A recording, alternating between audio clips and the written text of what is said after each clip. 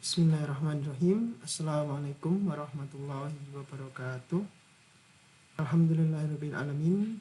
Wassalatu wassalamu ala anbiya'i wal mursalin sayyidina wa maulana Muhammadin wa ala alihi wa sahbihi ajma'in. Amma ba'du. Anak-anakku kelas 8 dirahmati Allah. Alhamdulillahirabbil alamin. Pada kesempatan kali ini kita dipertemukan kembali dalam pembelajaran matematika kelas 8 SMP IT Salman Al-Farisi. Bagaimana kabarnya? Semoga baik-baik saja ya. Semoga Allah memberikan kesehatan, perlindungan kepada kita semua di tengah pandemi sekarang ini. Baik anak sekalian, mohon maaf kemarin pada waktu sebelumnya Ustadz belum bisa berjumpa dengan kalian karena ada suatu hal. Pada kesempatan kali ini kita akan meneruskan kembali pembelajaran matematika, lanjut ke bab 3 atau bab berikutnya, yaitu terkait relasi dan fungsi. Oleh karena itu kemarin kita sudah sedikit memberikan ya. Nah, itu hari ini kita akan sedikit mengulas dan juga melanjutkan materi yang sudah yang akan kita pelajari. Sebelumnya mari kita berdoa dulu. Silakan untuk tempat duduknya diposisikan dalam posisi nyaman mungkin, karena kita akan berdoa kepada Allah memohon kemudahan, memohon kelancaran dan pemahaman agar materi kali ini bisa kita pahami dengan baik, bisa kita serap dengan baik, yang akhirnya nanti ketika dan bisa digunakan dalam kehidupan sehari-hari seperti itu. Baik, anak sekalian yang dirahmati Allah, mari kita mulai dengan berdoa. Wahid isnani salasa. A'udzu billahi minasyaitonir rajim. Bismillahirrahmanirrahim. Raditu billahi rabba wa bil islam dina wa bi Muhammadin nabiyya wa rasulah. Rabbi zidni ilma warzuqni fahma. Amin ya rabbal alamin. Cukup anak sekalian, silakan untuk bisa disiapkan alat tulisnya dan juga buku catatan agar nantinya materi yang Ustadz sampaikan bisa kalian catat dan tidak membebani pikiran kalian, seperti itu ya. Jadi bantulah pikiran kalian dengan catatan kalian juga agar enak untuk digunakan untuk belajar kembali. Catatlah dengan baik gitu ya. Ya walaupun tulisan orang beda-beda ya, tetapi kalian bisa menghias atau kalian bisa merangkai apapun di catatan kalian sehingga itu terlihat menarik dan akhirnya untuk belajar pun tetap semangat. Baik anak sekalian, kita akan masuk ke bab 3, yaitu tentang relasi dan fungsi. Apa itu relasi dan fungsi? Seperti susunan katanya yaitu relasi ya. Kita akan belajar tentang relasi dulu. Relasi itu apa sih? Relasi itu adalah hubungan. Baik, hubungan. Nah, relasi itu adalah hubungan yang nantinya bisa menghubungkan antara satu dengan yang lain, seperti ya. Nah, nantinya yang kita hubungkan di sini apa? Gitu. Yang kita hubungkan di sini adalah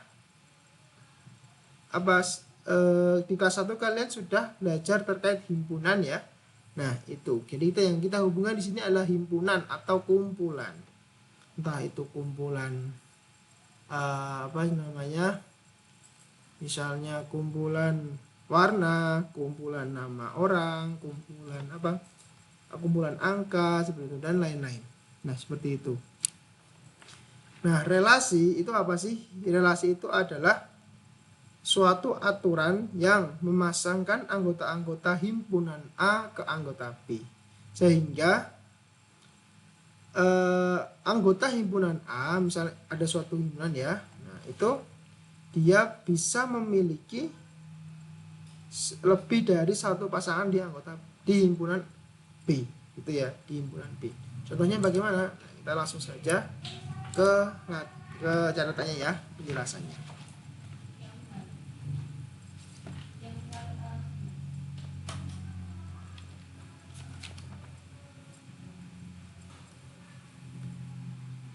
Oke. Yang kita pelajari sekarang adalah terkait relasi. Nah,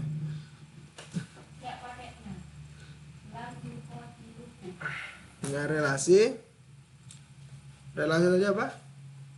Suatu aturan yang memasangkan anggota-anggota himpunan A ke anggota-anggota himpunan B. Jadi dia nanti itu dipasangkan gitu. Jadi kalau SD kalian pernah itu ya, yang menjodohkan gitu ya, yang ini ada sebuah gambar, terus di sini makanannya gitu. Nanti misalnya singa makanannya apa, daging, maka ditarik garis gitu. Jadi seperti itu. Nah itu salah satu contoh cara. Terus bagaimana cara mewujudkan relasi gitu ya, menyatakan sebuah relasi. Nah, cara menyatakan, jadi perlu dinyatakan relasinya. Cara menyatakan relasi. Yang pertama adalah dengan cara diagram panah.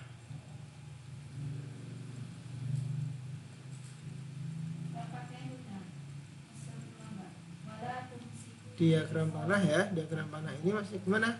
Diagram panah ini contohnya seperti ini. Segini. Kemudian ini nama orang. Nah, orang gede. Ini namanya Aldi. Tuh, nah.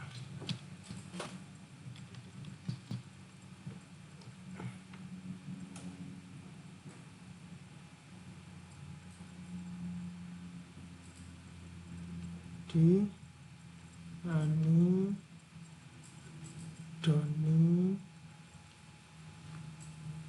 Dewi. Nah, di sini itu adalah himpunan yang lain. Ini himpunan B-nya. Yang tadi himpunan A, ini himpunan B. Ini biru, ini merah, ini kuning. Nah, dari sini kita dapat apa? Himpunan B itu adalah kumpulan orang atau himpunan nama-nama orang. Yang di B itu adalah kumpulan warna.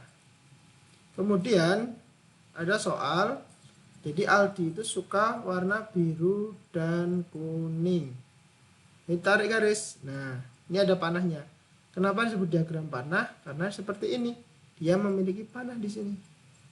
Nah, ini seperti ini. Ini Doni suka warna kuning. Nih, terus Dewi suka warna biru. Biru dan merah. Nah, kasih garis yang beda biar jelas.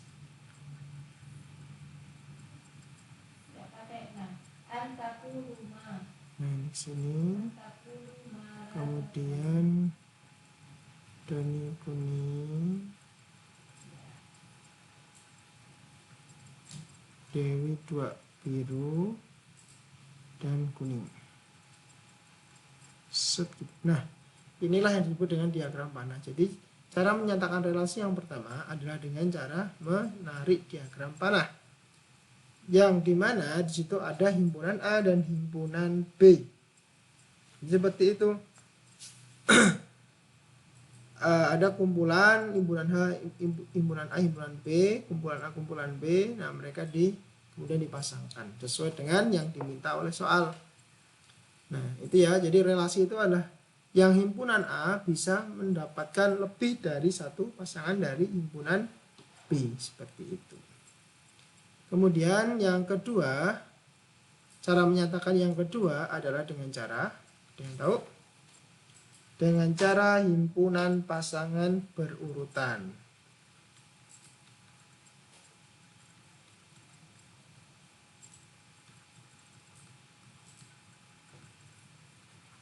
Berurutan. Nah, himpunan pasangan berurutan ini datanya ya, angka-angkanya itu didapat dari sebuah diagram panah gitu ya. Jadi himpunan pasangan berurutan ini atau biasa disebut dengan HP, himpunan pasangan ya. Misal contoh ada sebuah himpunan A, kemudian ada himpunan B. Ini ada angka 2, 3, 4, 5, 6. Yang di sini ada angka 12, 15, 16. Nah, kemudian hubungan antara antara himpunan A dan himpunan B itu adalah faktor dari, ya.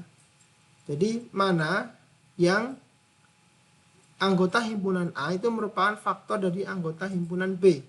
Faktor itu apa? Faktor itu yang bisa dibagi maksudnya. Nah, sekarang 2 itu faktor dari 12 enggak? Gitu ya. Jadi 12 itu faktornya apa aja? Faktornya adalah 1 sama 12. Jadi dikali ya, 12. Jadi caranya gini. Ini nyari faktor ya. 1 12, 2 berapa? 6. Terus 3 4. 4 3. Gitu. Nah, inilah jadi faktornya ini. Faktor dari 12 itu adalah itu. Terus kalau 15 apa aja? 1 15. Terus 2 bisa nggak? 16 bagi 2 nggak bisa. 16 bagi 3 bisa. Ini 3, ini berapa? Ini 5. Kemudian 5 dan 3. Nah, seperti itu cara mencari faktorisasinya. Kemudian 16 apa aja? 1 sama 16. 2 ada 8. 3 bisa nggak bisa. 4 bisa. 4 terus 4 lagi cukup aja ya. Nah, inilah faktor-faktornya. Jadi dikalikan ke sini. Nah, sekarang faktor A, faktor dari B. Soalnya adalah A faktor dari B. Mana A faktor dari B? Maka kita bikin garisnya. Ini 3, ini sama mana lagi 3? 3 sama 15. Terus 4. 4 itu 12 enggak? Ya, 12. Terus 5 bukan 6? Ya, 6. Nah, sekarang yang 15. 15 apa? 5 ya, cuma sini. 6 sudah ada ya. Kemudian yang 16. 2 ya enggak? 2 ya. Oke, tarik ke sini. 3 enggak ada ya, 3 ya di sini ya. Terus 4, oke 4 ada. Oke, sini. Nah, seperti itu. Nah, sekarang udah dapat ya hasilnya. Kemudian kita tulis himpunan pasangannya. Kita singkat dengan HP. Nah, HP adalah himpunan pasangan. Maka cara menuliskannya adalah dengan di kurung kurawal. Jadi HP sama dengan kurung kurawal dulu, kemudian koma, terus yang ditulis dulu, yang depan dulu ya, yang depan terus kemudian pasangannya 2,12. Oke, itu kurung dulu, koma, terus 2,16. Oke, kalau sudah selesai, selanjutnya 3 dengan 12, kemudian 3 dengan 15, kemudian apa lagi, terus bawahnya lagi 4 dengan 12, terus 4 dengan 16. Sudah selesai? Sudah. 5 dengan 15, terus 6 dengan 12.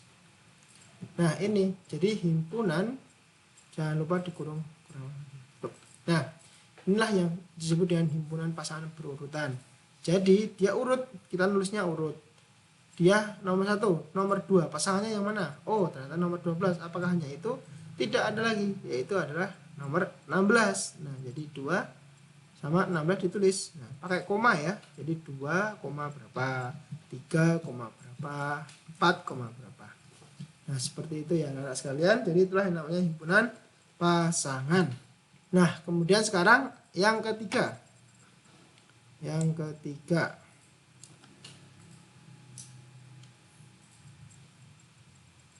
Nomor 3 adalah diagram kartesius atau sistem koordinat. Diagram kartesius.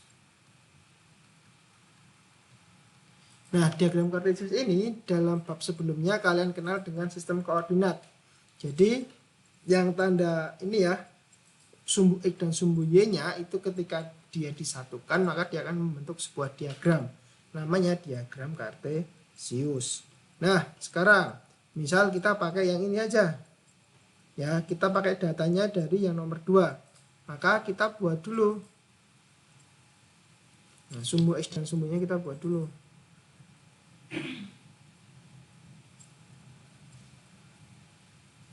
Seperti itu. Kemudian kita tulis yang sumbu X itu adalah misalnya dia adalah himpunan A. Ini X, ini Y. Maka di sini kan 1, terus 2, 3, 4, 5, 6. Oke ya, sudah ya. Kemudian yang ini, yang B itu berada di sumbu Y. Nah, maka di sini kita tulis dulu.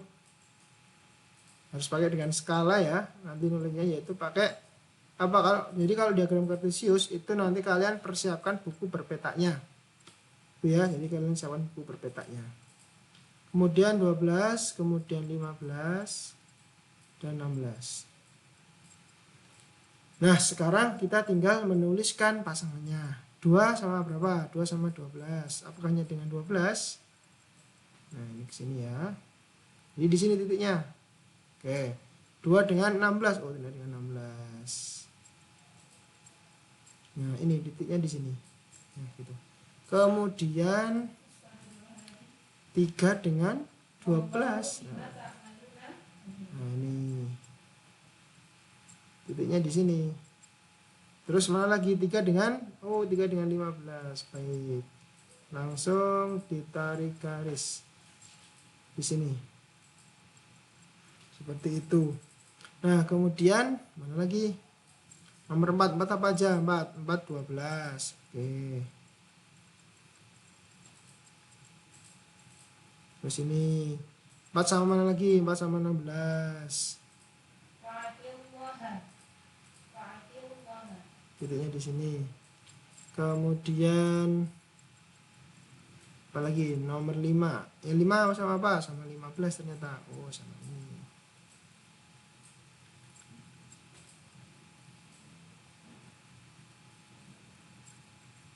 Terus nomor 6 sama? Yang 6 sama apa? Oh, sama 12. Oke. Tarik garis ke sini. Sini. Sini. Nah, inilah cara menyajikan data terkait relasi dengan diagram kartesius. Seperti itu ya. Anak sekalian, itulah materi pertama kita, yaitu tentang cara penyajian relasi pada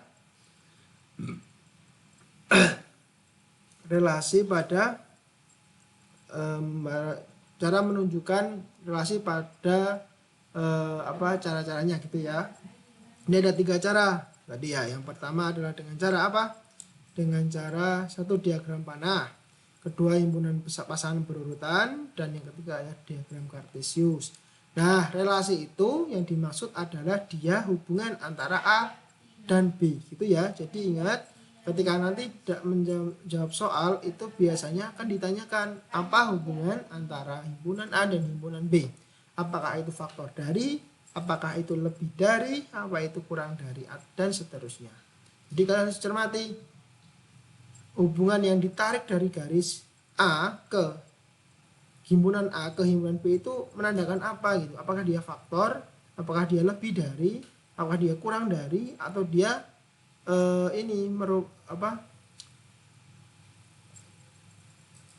atau dia malah kelipatan dari. Nah, bisa jadi seperti itu.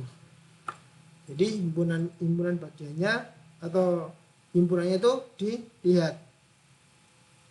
Itu ya, anak sekalian. Jadi gitu untuk relasi. Jadi kalian insyaallah mudah ya memahami. Nanti kita akan melanjutkan terkait itu. Nah, ini dulu. Ini untuk materi untuk sekarang. Ini dulu. Silahkan untuk dicermati baik-baik, dipahami baik-baik.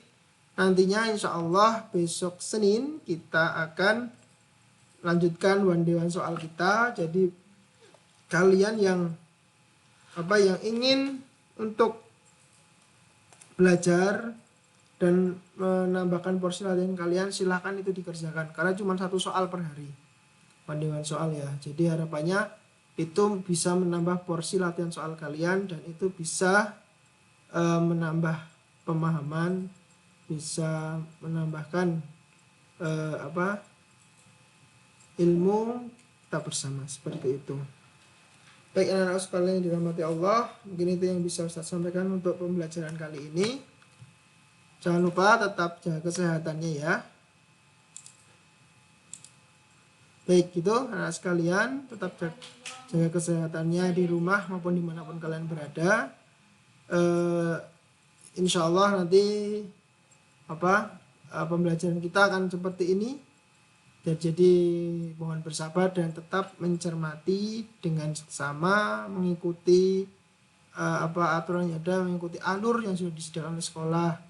Ketika ada yang belum paham, silakan untuk bisa bertanya, bisa melalui Jabri Ustadz atau nanti kalau bisa dibutuhkan bisa telepon, bisa insyaallah juga bisa via Google Classroom langsung bertanya melalui komen di soal yang Ustadz berikan.